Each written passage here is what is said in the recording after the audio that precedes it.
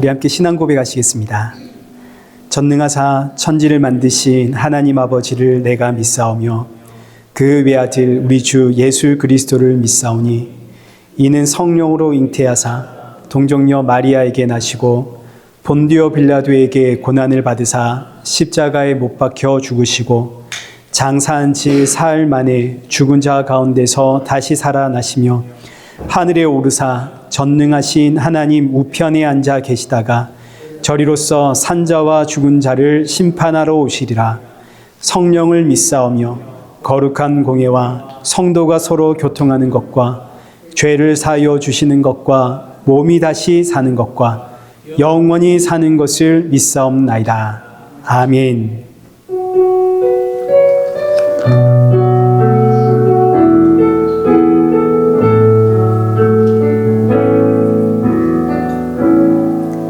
하늘의 문을 여소서 이곳을 주목하소서 주를 향한 노래가 꺼지지 않으니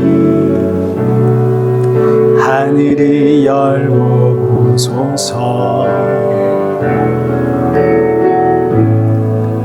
이곳에 임재하소서 주님을 기다립니다.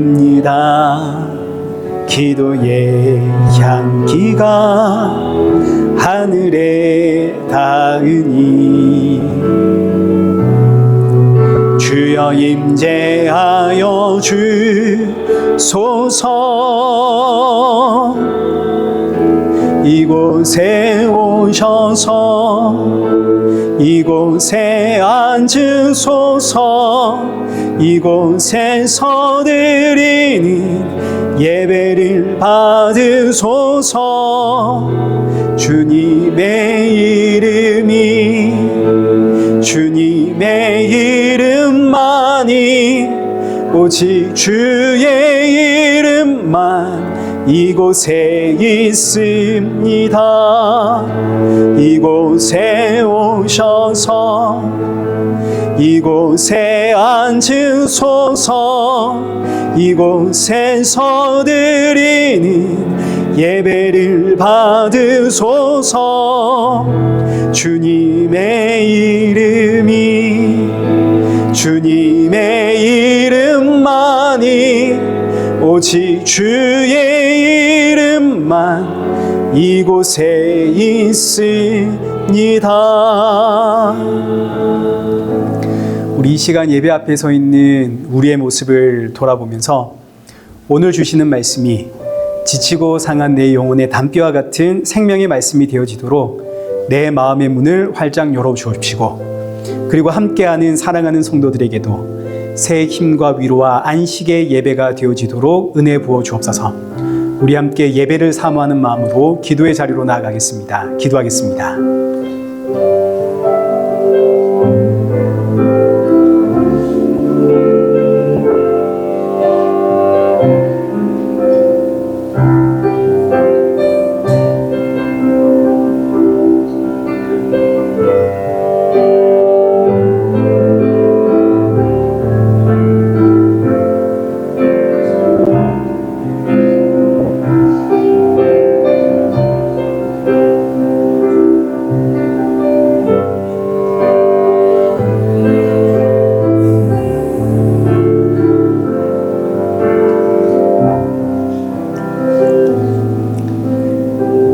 살아계신 하나님 아버지, 오늘 이 예배 자리로 우리를 인도하심에 감사드립니다.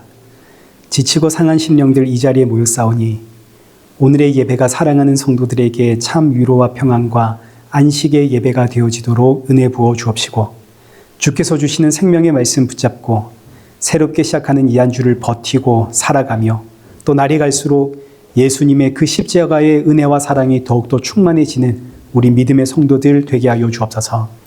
예수님의 이름으로 기도드리옵나이다. 아멘. 우리 함께 교독문 제27번을 우리 함께 교독하겠습니다.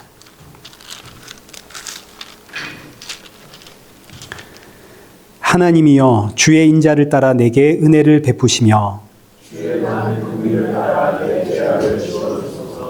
나의 죄악을 말갛게 씻으시며 나의 죄를 깨끗이 제하소서.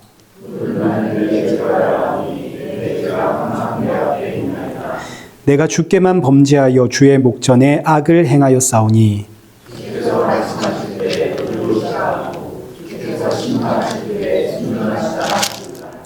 내가 죄악 중에서 출생하였으며 우슬초로 나를 정결하게 하소서. 내가 정하리이다. 하나님이여 내 속에 정한 마음을 창조하시고 내 안에 정직한 영을 새롭게 하소서. 아멘.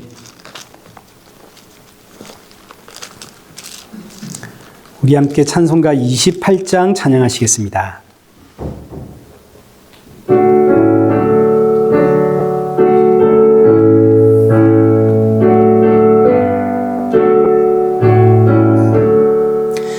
복의 근원 강림하사 찬송하게 하소서. 한량 없이 자비하신 측량할 길 없도다. 천사들의 찬송가리 내게 가르치소서. 구속하신 그 사랑을 항상 찬송합니다.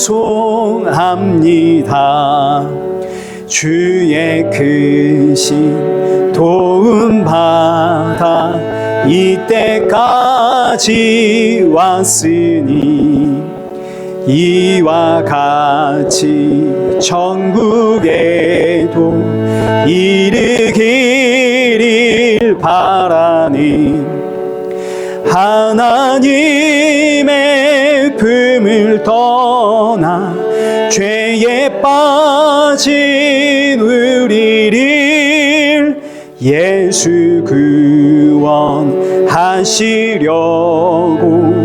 보혈 흘려 주셨네. 주의 귀한 도 받고 일생 빚진 자 되니 주의 은혜 사슬 되사 나를 주께 매소서. 우리 마음이 연약하여 범죄하기 쉬우니 하나님이 받으시고 천국인 일치소서. 아멘. 우리 성경 봉독하겠습니다. 우리 오늘 보실 하나님의 말씀은 에베소서 5장 8절에서 10절입니다. 에베소서 5장 8절에서 10절 우리 한 절씩 교독하겠습니다. 너희가 전에는 어둠이더니 이제는 주 안에서 빛이라. 빛의 자녀들처럼 행하라.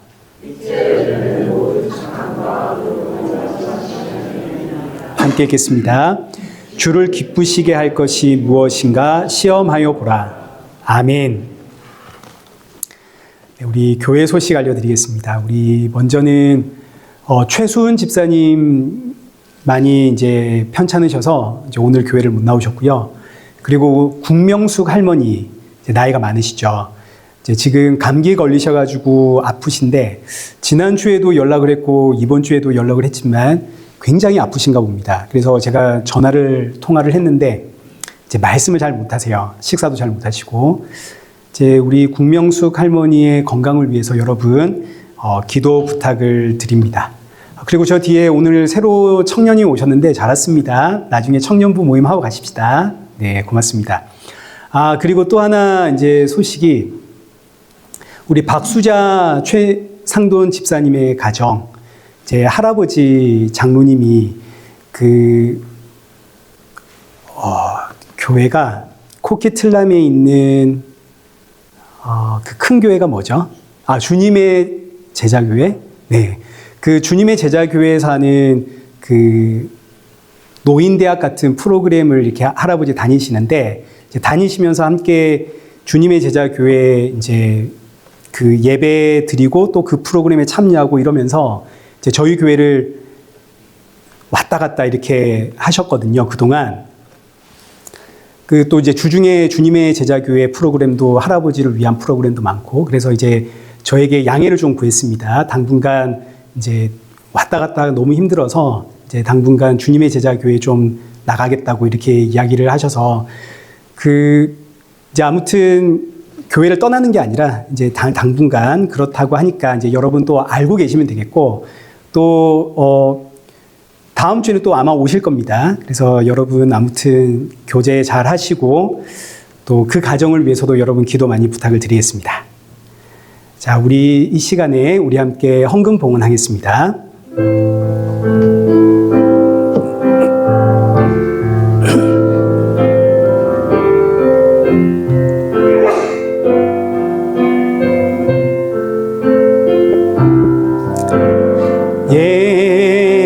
예수 사랑해요.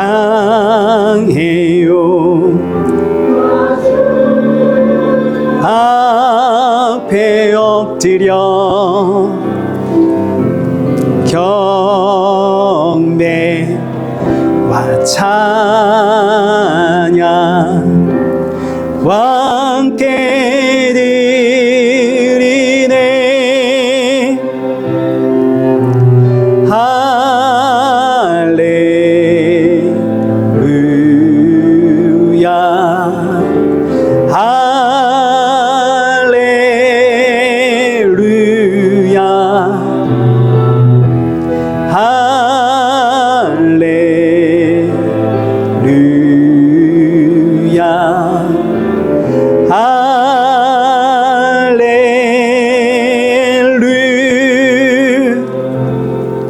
기도하겠습니다.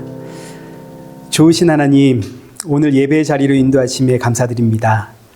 지난 한 주간 동안에 우리의 연약함과 완악함 용서하여 주옵시고, 예배를 드릴 때마다 오직 예수 그리스도의 그 십자가의 은혜로 이 자리에 설 수 있다는 사실을 기억하고, 이 땅의 꿈과 소망과 비전 두지 않고 하나님 나라의 소망을 품고 이 땅을 나그네로 살아가는 성도가 되어지도록 우리의 마음을 붙잡아 주옵소서. 이 시간 귀한 예물 준비하여 드립니다. 헌금 준비할 때마다 날 위해 십자가에 죽으시고 부활하신 예수님 기억하게 하시고, 주께 드림이 나의 기쁨이고 나의 모든 것이 주의 것임을 고백하는 성도가 되게 하여 주옵소서. 예수님의 이름으로 기도드리옵나이다. 아멘. 우리 오늘 본문 에베소서 5장 8절에서 10절입니다. 빛의 자녀라는 제목으로 우리 오늘 본문의 말씀을 우리 함께 살펴보겠습니다. 이제 먼저 8절을 우리 함께 보겠습니다. 우리 함께 읽죠. 시작. 너희가 전에는 어둠이더니 이제는 주 안에서 빛이라. 빛의 자녀들처럼 행하라. 아멘. 자, 우리말로는 지금 이렇게 번역이 되어 있지만 이제 8절에 생략된 단어가 있거든요. 지금 제가 여기 기록해 놓은 것처럼 이 8절 제일 앞에는 왜냐하면이라는 단어가 생략이 되어 있습니다.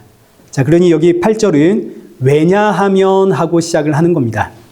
왜냐하면 하고 시작을 했으니까 앞의 문장과 연결이 되겠죠. 여기 7절입니다.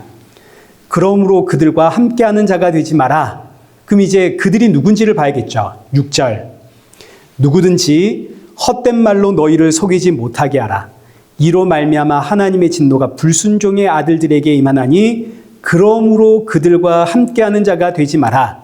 헛된 말로 성도를 속이는 자가 있습니다. 이들은 이제 너무나 교묘하게 성도를 속이기 때문에 지난주에 봤던 것처럼 하늘의 천사처럼 마치 정말 의의 일꾼처럼 보이기 때문에 사실 성도가 이걸 분별하는 것은 쉽지가 않습니다.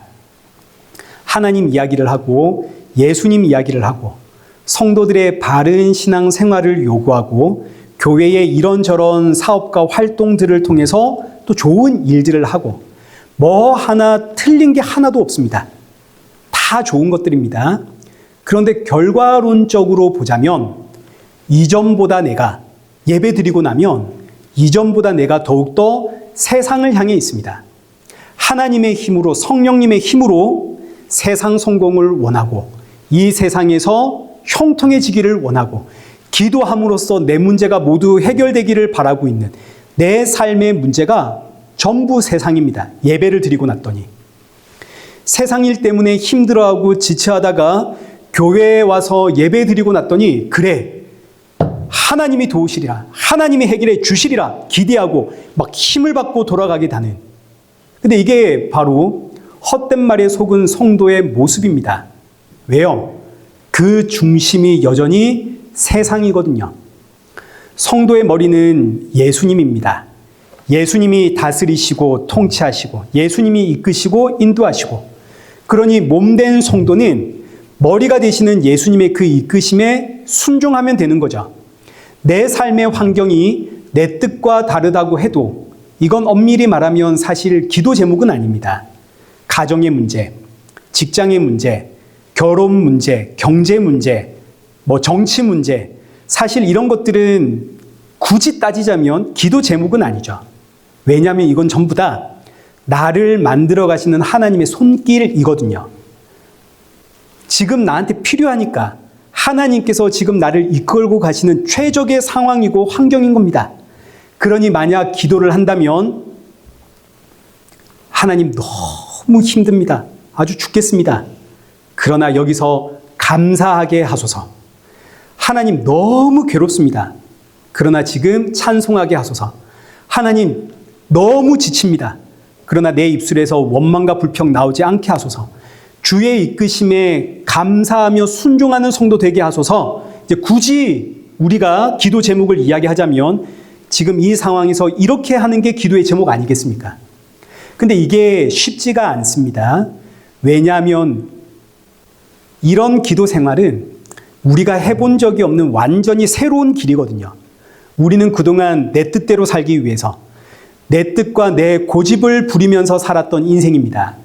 근데 지금 내 뜻대로 안 되고 자꾸 일이 꼬여가고 경제적으로 힘들어 죽겠고 문제가 생기고, 내가 지금 완전히 이렇게 죽게 생겼는데 여기서 감사하라니요. 아니 여기서 찬송하라니요. 아니 여기에 순종하라니요. 이건 정말 말도 안 되는 이야기 아닙니까? 그러나 이것이 신앙의 훈련입니다. 신앙의 훈련, 신앙 생활은 생명의 주가 되시는 그 나의 주 예수님과 동행하는 것, 이게 이제 신앙 생활이고, 신앙의 훈련은 나의 머리가 되시는 그 예수님의 이끄심에 순종하는 것, 감사하는 것, 그 이끄심이 내 뜻과 다르고 내가 도무지 이해가 안 된다 하더라도 감사하며 나의 머리가 되는 그 예수님 닮기 위해서 내 기질과 내 성품을 쳐서 그 예수님 앞에 복종하는, 이게 신앙의 훈련이죠. 그래서 신앙의 훈련은 감사에서부터 시작을 하는 겁니다. 감사는 지금 내 상황과 지금 내가 처한 이 형편이 예수님의 이끄심이라는 것을 인정한다는 이제 신앙의 고백이거든요. 이 상황의 감사, 이 환경의 감사, 감사는 주의 이끄심을 향한 순종입니다. 자, 그러니 오늘부터 여러분 성도들과 인사할 땐 감사합니다 하고 인사를 하십시오. 인사말이 감사합니다 이러면 좀 이상하게 들릴 수 있지만 집사님이, 권사님이, 장로님이 오늘 이 교회로 권사님을, 집사님을 인도하신 그 하나님의 인도하심에 제가 너무 감사합니다, 이런 표현이 될 수 있는 거죠. 우리가 함께 이 예배당에서 함께 만나서 주의 말씀 듣게 하시니 감사합니다. 이런 그 마음을 담아가지고 우리가 만날 때마다 감사합니다, 헤어질 때도 감사합니다, 이렇게 헤어지는 게 신앙훈련의 첫걸음 아닐까 싶습니다. 그러니까 우리 친교할 때 여러 가지 우리가 이야기하실 거 아닙니까? 때로는 나한테 힘든 이야기, 때로는 내가 지치는 이야기, 괴로운 이야기, 내가 이런저런 일이 있어서 너무 괴롭고 너무 힘들고, 근데 이제 이렇게 끝내지 마시고 마지막은 그래서 내가 감사해, 이렇게 끝내시는 거죠. 교회에 여러 가지 불편하고 연약한 점 우리가 이야기할 수 있습니다. 우리 교회 이건 좀 그래. 우리 교회 이러면 좀 좋을 텐데. 우리 목사님 이러면 더 좋을 텐데. 그렇지만 마지막은 어떻게 끝내라고요? 그래서 감사해. 뭐가 감사한가요? 하나도 감사한 게 없는데.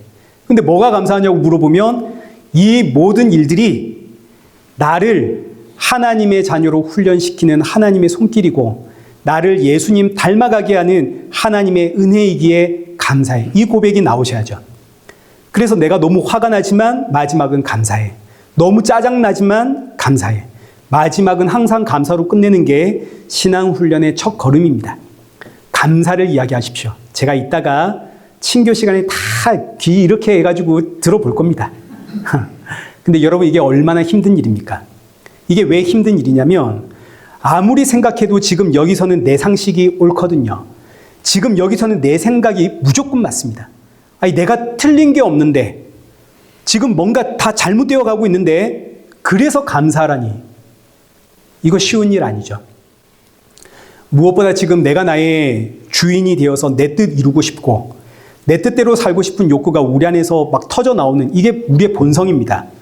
여전히 이 세상에서 걱정 근심 없이 잘 살고 싶고 잘 먹고 싶은데 이런 욕구들은 누가 가르쳐 주지 않아도 그냥 내 안에서 쉼 없이 터져 나오는 것인데 교회 갔다 오니까 이런 욕구들이 하나님의 이름으로 더욱더 막 샘솟아 오르더라. 그래 맞아. 하나님이 해결해 주실 줄 믿습니다. 아멘. 이러고 돌아가면 이게 바로 헛된 말에 속는 겁니다. 이제 문제는 이런 헛된 말에 속으면서도 내가 속고 있다는 걸 모르는 게 문제죠. 그래서 여기 7절에 그러므로 그들과 함께 하는 자가 되지 마라. 이 말씀은 우리에게 잘 분별해서 이런 사람들이 어떤 사람인지 잘 분별해서 그들과 함께 하지 마라. 이런 뜻이 아니라 하나님께서 이런 사람들과 함께 하지 않도록 나를 지켜주신다는 뜻입니다. 내 안에 성령님이 저 핸드폰을 우리 끄십시다. 네.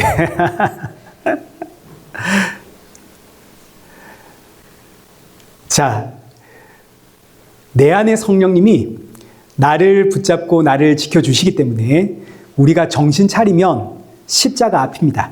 정신 차리면 예수님 앞이죠. 왜냐하면 여기 8절입니다. 8절의 시작이 왜냐하면 너희가 전에는 어둠이었더니 이제는 주 안에서 빛이라. 하나님의 선포입니다. 너희가 전에는 어둠이었지만 이제는 주 안에서 빛이다. 너희가 빛이기 때문에 이제부터 내가 너의 모든 것을 책임진다. 이 하나님의 선포입니다. 자, 그럼 이제 우리가 여기서 생각해 봐야 할 것이 우리가 어떻게 빛이 되었는가? 우리 이거 생각해 봐야겠죠. 우리가 잘 알듯이 예수님 때문에 우리가 빛이 된 거 아닙니까? 여기 8절에서는 주 안에서 빛이라 그럽니다. 주 안에서 빛이라. 예수님 안에 있기 때문에 우리를 빛이라고 하는 거죠. 예수님 안에 있으면 빛입니다. 반대로 예수님 밖에 있으면 뭐가 되겠습니까? 어둠이 되겠죠. 그리고 또 동시에 예수님 안에 있으면 빛이다라는 의미는 예수님이 뭐라는 이야기인가요? 빛이라는 이야기죠. 예수님이 참 빛이 되시니까 그 안에 들어가면 나도 빛이라 칭해 주시는 겁니다. 이신칭이. 너는 빛이다. 칭해 주심. 반대로 빛이신 예수님 밖에 있으면 어둠. 이제 여기서 우리가 이 빛과 어둠의 관계를 좀 이해를 해야 할 필요성이 있습니다. 우리는 이제 흔히 생각하기를 빛이 있으니까 그 반대인 어둠이 있다 이런 생각을 하게 됩니다. 빛과 어둠, 마치 동면의 양면처럼 분명히 하나인데 서로 함께 존재할 수 없는 빛이 있으면 어둠이 있다. 그렇지만 이 둘은 함께 존재할 수는 없다. 우리는 이제 이런 생각을 하죠.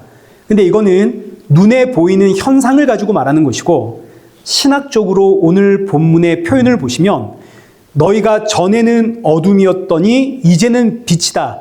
왜냐하면 주 안에 있기 때문에 예수님을 중심으로 딱 두고 예수님 안으로 들어오면 빛이고 예수님 밖으로 나가면 어둠이다.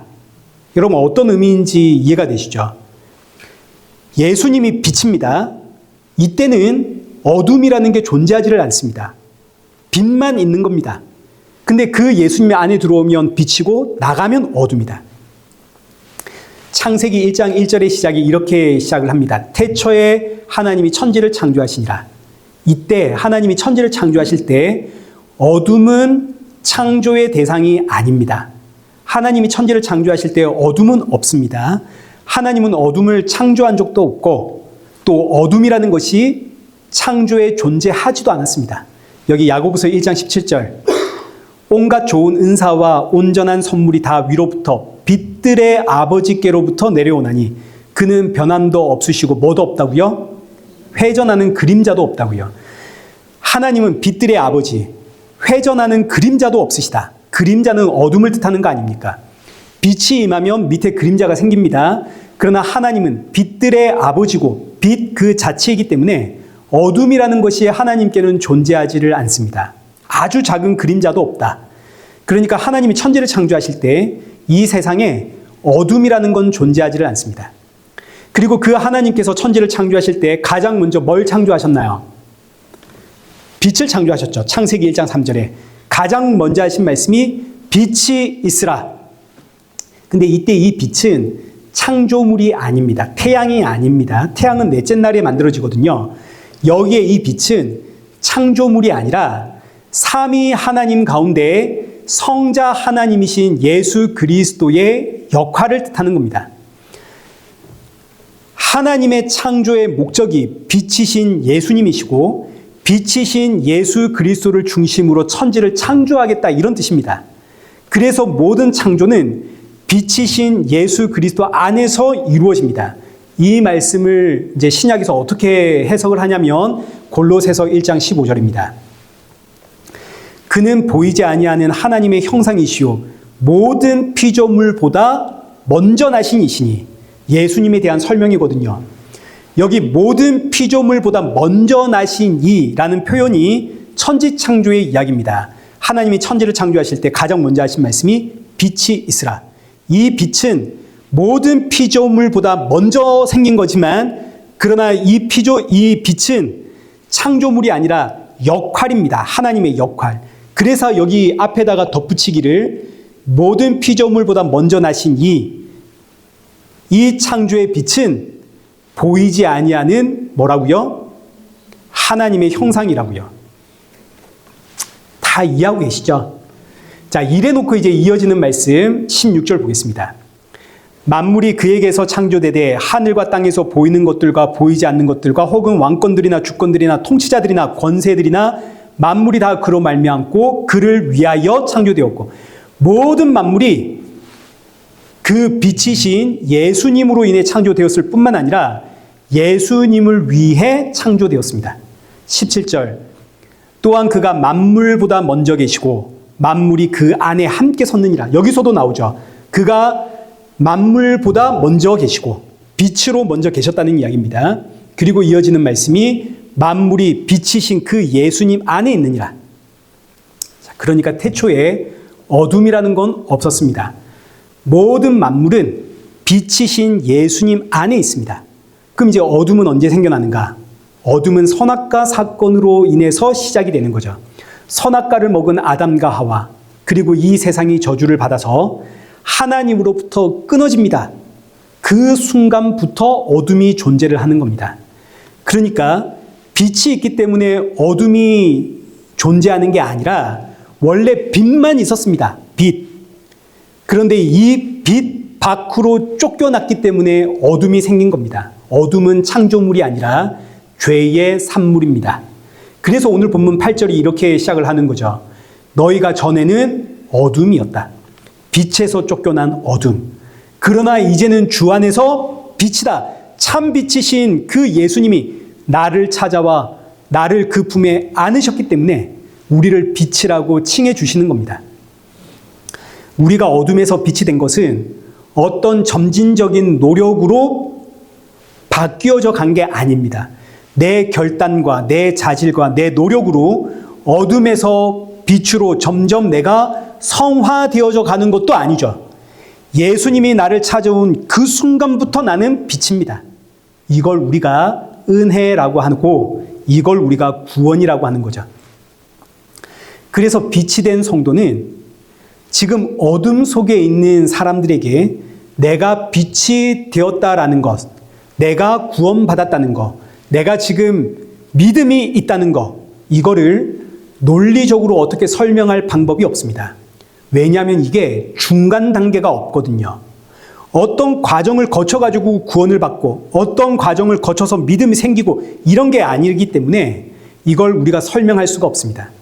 믿음이 임하니까 믿어지는 것이고 믿음이 임하니까 이해되는 것이지 이걸 믿지 않는 이들에게 설명할 방법이 없죠. 사도 바울 보십시오. 예수님의 복음에 반응하지 않습니다. 오히려 예수님의 이야기를 듣고는 이를 갈고 살기가 등등해서 예수 믿는 자들을 잡아다 죽입니다. 그런데 어느 날 다메섹에 그 예수 믿는 자들을 잡으러 갈 때 한순간에 예수님께 사로잡히죠. 예수님께 사로잡히니까 그 순간 알아듣고 이해를 합니다. 내가 다른 사람에게 복음을 듣고 알아먹고 이해를 해서 내가 믿고 깨달았다가 아니죠. 내가 기도하다가 어느 순간 깨닫고 믿게 되었다. 이게 아닙니다. 예수님께 사로잡히니까 한순간 이해가 되고 깨닫게 되는 겁니다. 그래서 믿음이 임하면 말씀이 쉽습니다. 반대로 믿음이 임하지 않으면 이해할 방법이 없습니다. 그러니 우리가 우리의 믿음과 신앙을 잘 누군가에게 전달해서 그 사람이 깨닫고 이해하고 예수님을 믿게 될 거라고 생각하지 마십시오. 불가능한 일입니다. 요한복음 1장 5절 보십시오. 빛이 어둠에 빛이 되 어둠이 깨닫지 못하더라. 빛이신 예수님이 이 세상에 오셨습니다. 그러나 세상은 그 빛을 보고도 깨닫지를 못합니다. 왜냐하면 빛을 분별할 눈이 없거든요. 요한복음 3장 19절. 그 정죄는 이것이니 곧 빛이 세상에 왔을 때 사람들이 자기 행위가 악함으로 빛보다 어둠을 더 사랑한 것이니라. 이 세상은 어둠 속에 있기 때문에 어둠을 사랑하는 게 본능입니다.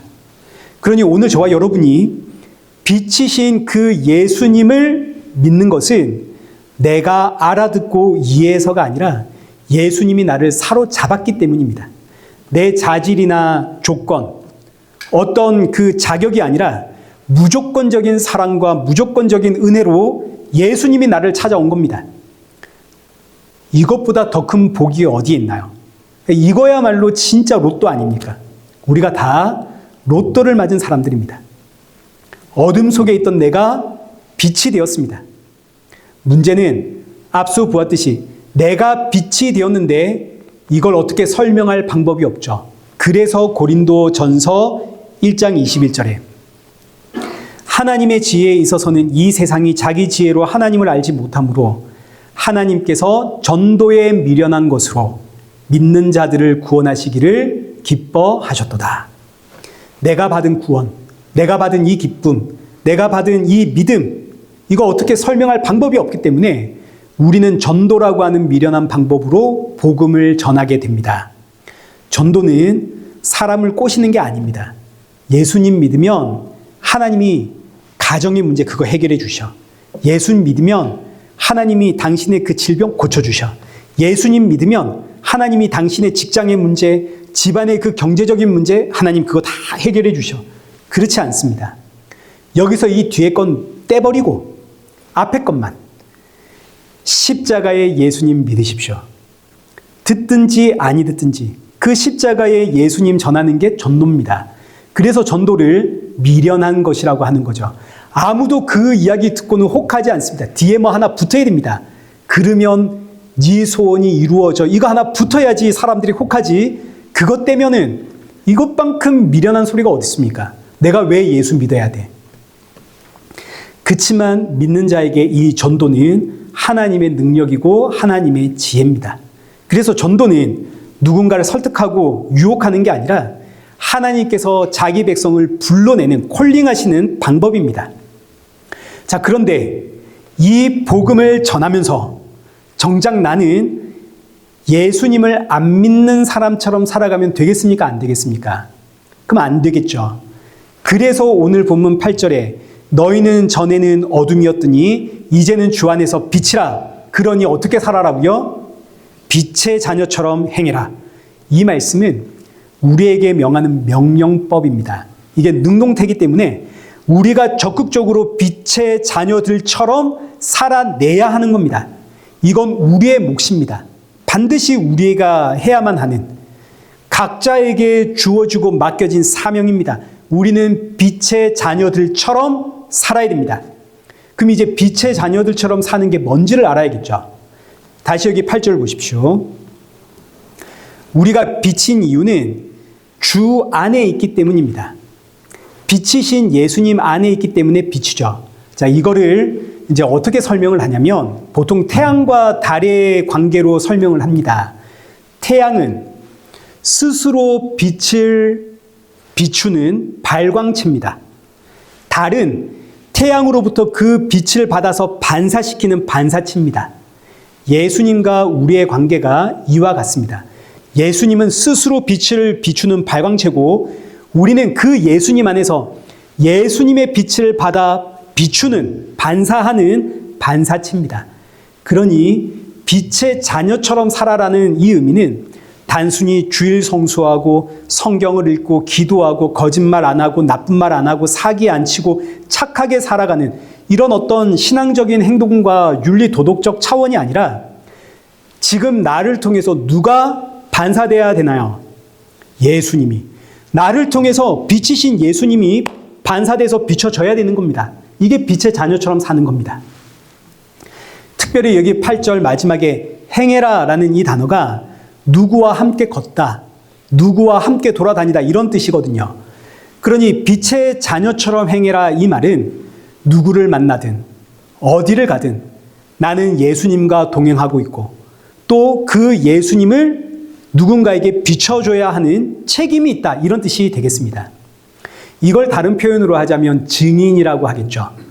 우리는 예수 그리스도의 증인, 빛의 자녀처럼 사는 것은 십자가의 증인, 예수님의 증인으로 사는 것이다. 그럼 이제 좀 더 구체적으로 예수님의 증인, 빛의 자녀로 산다는 것은 어떤 의미인가? 이제 이어지는 9절입니다. 우리 9절의 말씀을 함께 읽겠습니다. 시작.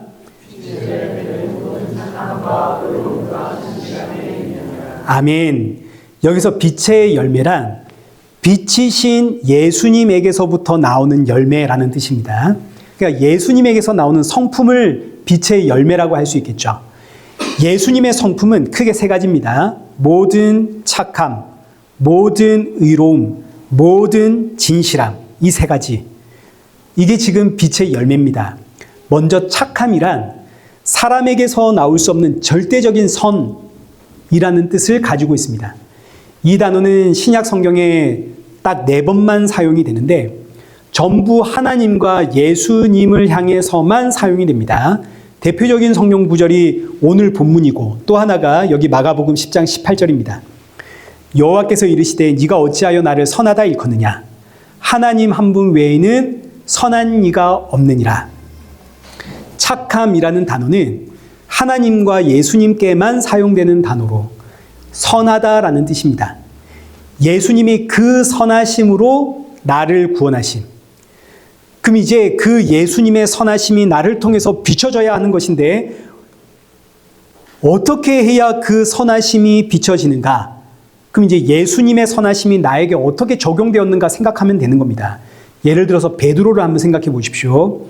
베드로는 예수님을 3번 부인했고 심지어 예수님을 욕하고 저주까지 했던 사람입니다. 근데 예수님의 선하심은 뭐냐면 그 베드로를 찾아가서 부활하신 예수님이 그 베드로를 찾아가서 내가 너를 사랑한다 하시죠. 사람의 기준으로 보자면 베드로는 혼나야 하는 정도가 아니라 그냥 인연을 끊어야 되는 사람입니다. 배신자 아닙니까? 그런데 예수님의 선하심은 어떻게 작용을 하냐면 그 베드로를 찾아가서 내가 너를 사랑한다. 이 말씀이 우리에게도 고스란히 적용이 되죠. 우리가 하나님 앞에 얼마나 못난 존재입니까? 어리석고 이기적이고 탐심이 가득한 내 욕망과 내 감정 때문에 오늘도 나는 예수님을 배반하고 있습니다. 그런데 나 같은 죄인을 오늘도 매 순간마다 사랑한다 하시며 품어주시는 분이 바로 예수님 아닙니까? 자, 그리고 예수님은 제자들의 발을 씻겨주시죠. 예수님이 먼저 섬기고 예수님이 먼저 헌신하고 예수님이 먼저 봉사를 하십니다. 나는 섬김을 받으러 온 것이 아니라 섬기러 왔느니라. 이게 바로 예수님의 선함, 착함입니다. 그러니 빛의 자녀로 산다는 것은 이 예수님의 선함을 비춘다 이 말이죠. 사람의 눈으로 볼 때는 저 사람 용서할 수 없습니다. 저 사람 도무지 내가 이해를 못하겠습니다. 저 사람은 내 상식과 내 기준으로 볼 때 정상적이지를 못한 사람입니다. 그러나 이제는 내 기준과 내 상식과 내 선입관으로 상대방을 평가하거나 판단하거나 분별하지 않습니다. 예수님의 선하심이 내 안에서 역사하니까 그 선하심을 내가 전달을 하는 거죠. 모든 사람과의 관계에서.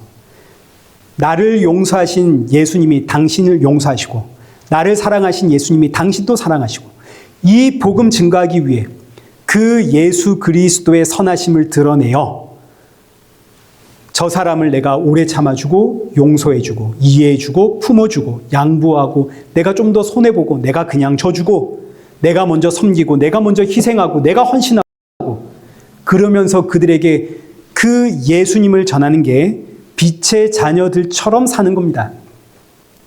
그런데 이 성품은 원래 내 안에 있는 게 아닙니다. 내가 빛 가운데 있기 때문에 생겨난 성품들입니다. 우리 안에 이런 마음들이 다 있습니다.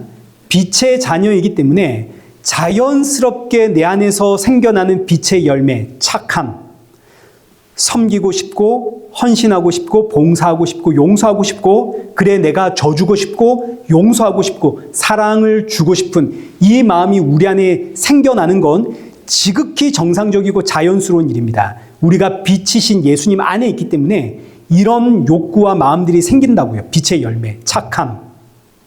그런데 이걸 실천으로 옮기는 건 또 다른 문제죠.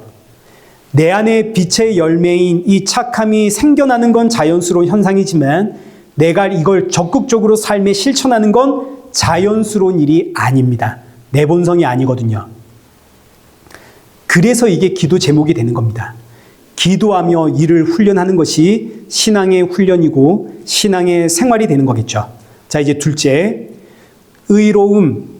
의로움이라고 하는 단어는 법정적인 용어로 법정에서 죄가 없다라고 선포된 상태를 뜻하는 겁니다. 예수님은 죄가 없으시죠. 그 예수님이 나의 머리가 되시고 나를 품고 계시기 때문에 내가 죄가 없다, 의롭다라고 칭함을 받습니다. 그러니까 이 의로움이라고 하는 단어는 예수님과 나와의 관계를 뜻하는 단어입니다. 착함이라고 하는 단어는 나와 이웃과의 관계를 뜻하는 것이고 여기 의로움은 나와 예수님과의 관계를 뜻합니다.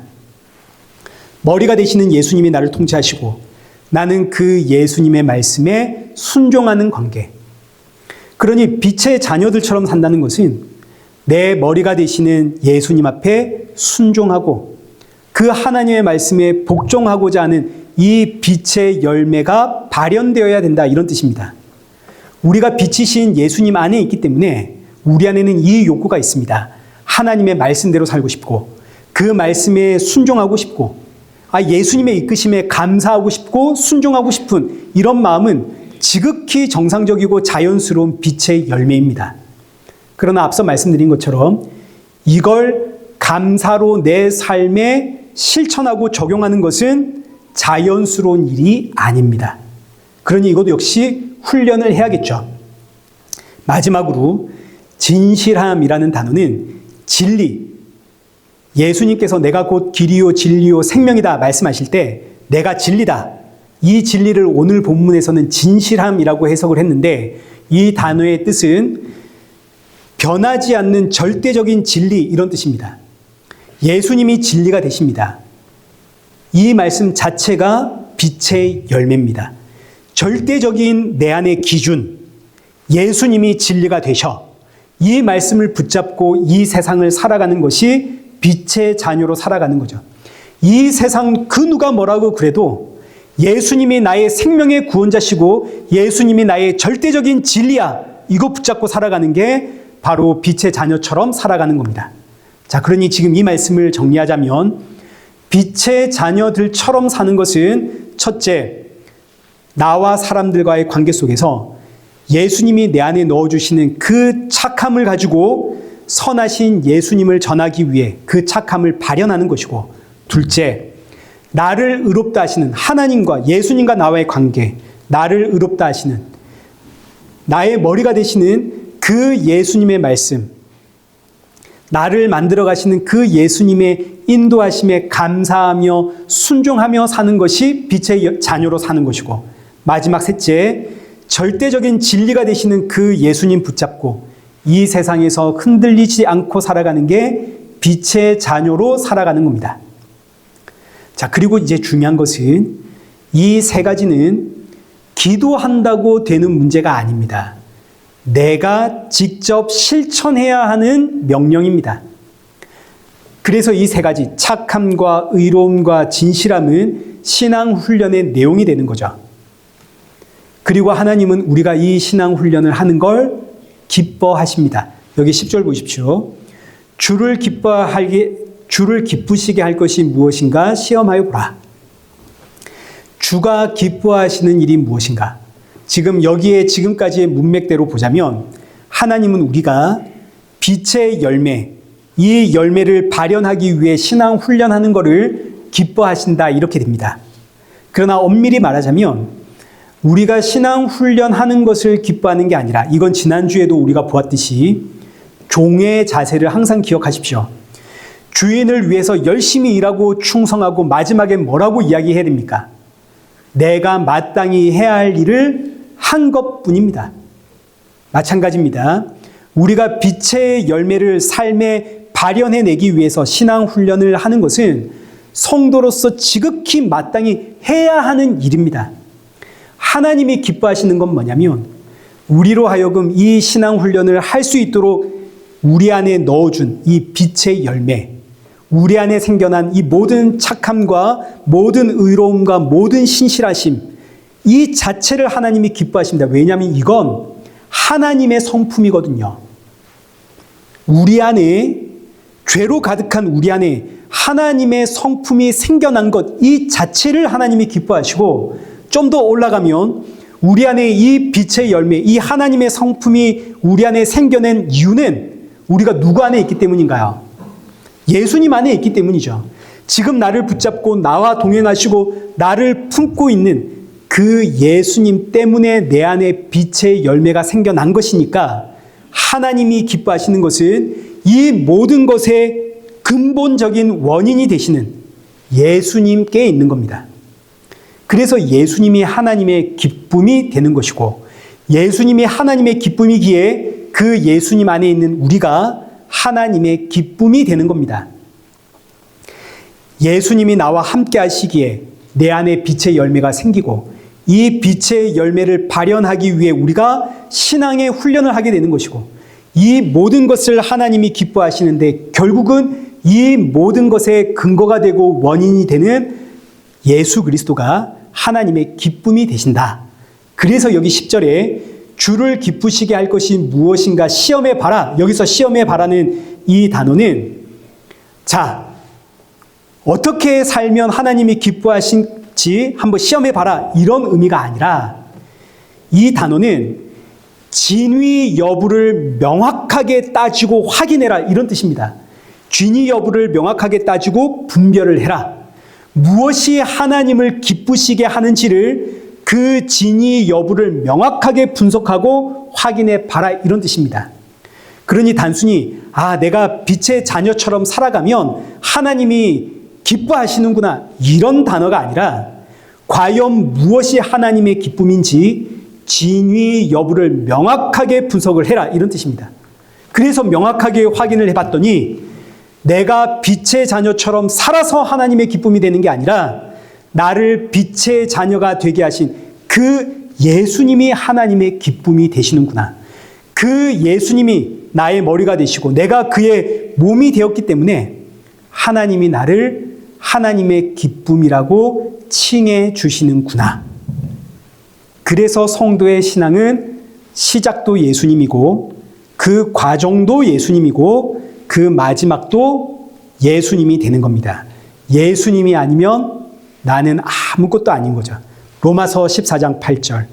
우리가 살아도 주를 위해 살고 죽어도 주를 위해 죽나니 그러므로 사나 죽으나 우리가 누구의 것이로다? 주의 것이로다. 이 신앙의 고백이 나올 수밖에 없는 겁니다. 그러니 사랑하는 성도 여러분, 저와 여러분이 빛의 자녀들처럼 살아가는 것은 이건 우리에게 허락된 지극히 마땅한 역할이고 우리는 마땅히 이렇게 살아야 되는 것이고 우리가 하나님의 기쁨이 되는 것은 예수님 때문이다라는 사실을 꼭 기억하시고 새롭게 시작하는 이 한 주 예수님이 나와 함께 하시기에 내가 하나님의 기쁨이라는 이 복된 은혜에 더 많이 감사하시고 그리고 빛의 자녀로서 마땅히 해야 할 일을 했을 뿐입니다라는 이 종의 자세로 살아가는 그리고 이 모든 것을 기쁨과 감사로 기꺼이 훈련하는 우리 복된 성도 여러분 되시기를 축원합니다. 우리 살아계신 하나님 아버지, 어둠 속에 있던 우리를 빛으로 불러주심에 감사드립니다. 참 빛이신 예수님 안에서 빛의 자녀로서 살아가는 성도가 되어지도록 우리 안에 더욱더 빛의 열매를 부어 주옵시고 이를 삶에 실천하는 성도가 되어지도록 날마다 결단하고 각오하고 다짐함으로 마땅히 해야 할 일을 하는 우리 성도가 되게 하여 주옵소서. 삶의 모든 자리에서 더 많은 감사와 찬양이 나오는 성도가 되게 하시고 날이 갈수록 더욱더 예수님 닮아가고 예수님으로 충만한 성도 되게 하여 주옵소서. 예수님의 이름으로 기도드리옵나이다. 아멘. 이제는 우리 주 예수 그리스도의 은혜와 성부 하나님의 크신 사랑과 성령 하나님의 위로교통 충만하심이 내게 맡기신 사명에 충성하며 주신 은혜 감사하며 주님 만날 그날을 사모하며 기다리는 우리 일회교회와 성도들과 온 세계 교회 머리머리 위에 이제로부터 영원토록 함께 있을지어다. 아멘.